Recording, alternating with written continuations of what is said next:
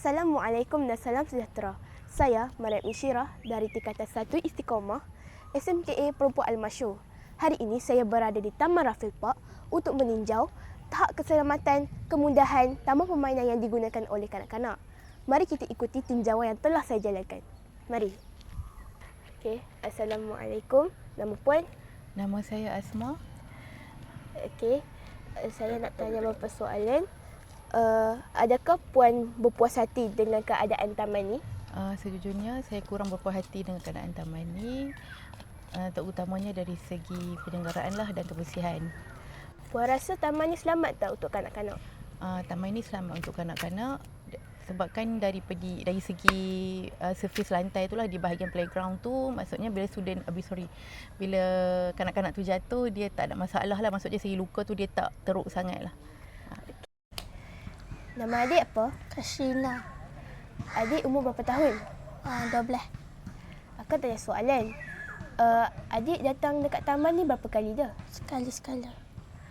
Okey, permainan apa yang paling adik suka? Guli dan buayan.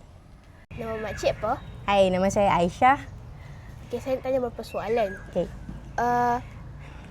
Makcik rasa puas hati tak dengan sekitaran taman ni?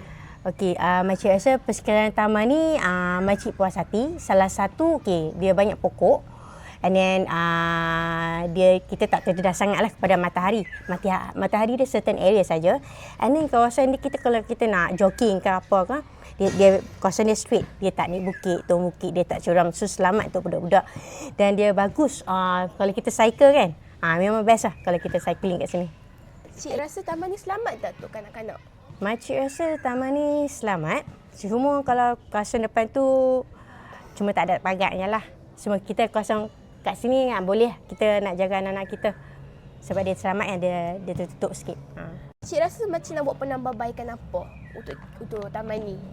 Setakat makcik mai daripada beberapa tahun yang lalu, cuma makcik tak nampak tong sampah.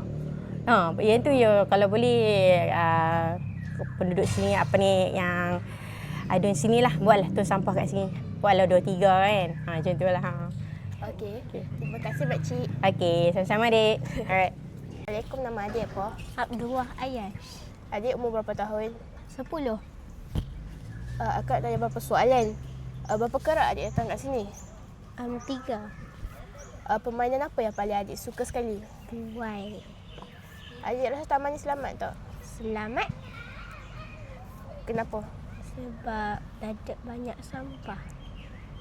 Cadangan apa yang adik rasa boleh buat untuk penambahbaikan untuk taman ni?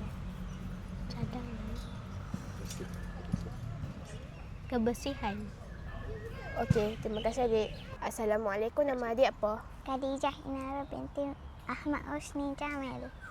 Okey, adik umur berapa tahun? 7. Akak nak tanya beberapa soalan. Adik berapa kerap kali datang dekat taman ni? Kadang-kadang. Adik rasa permainan apa yang paling adik suka? Buai. Adik rasa taman ni selamat tak? Selamat Kenapa?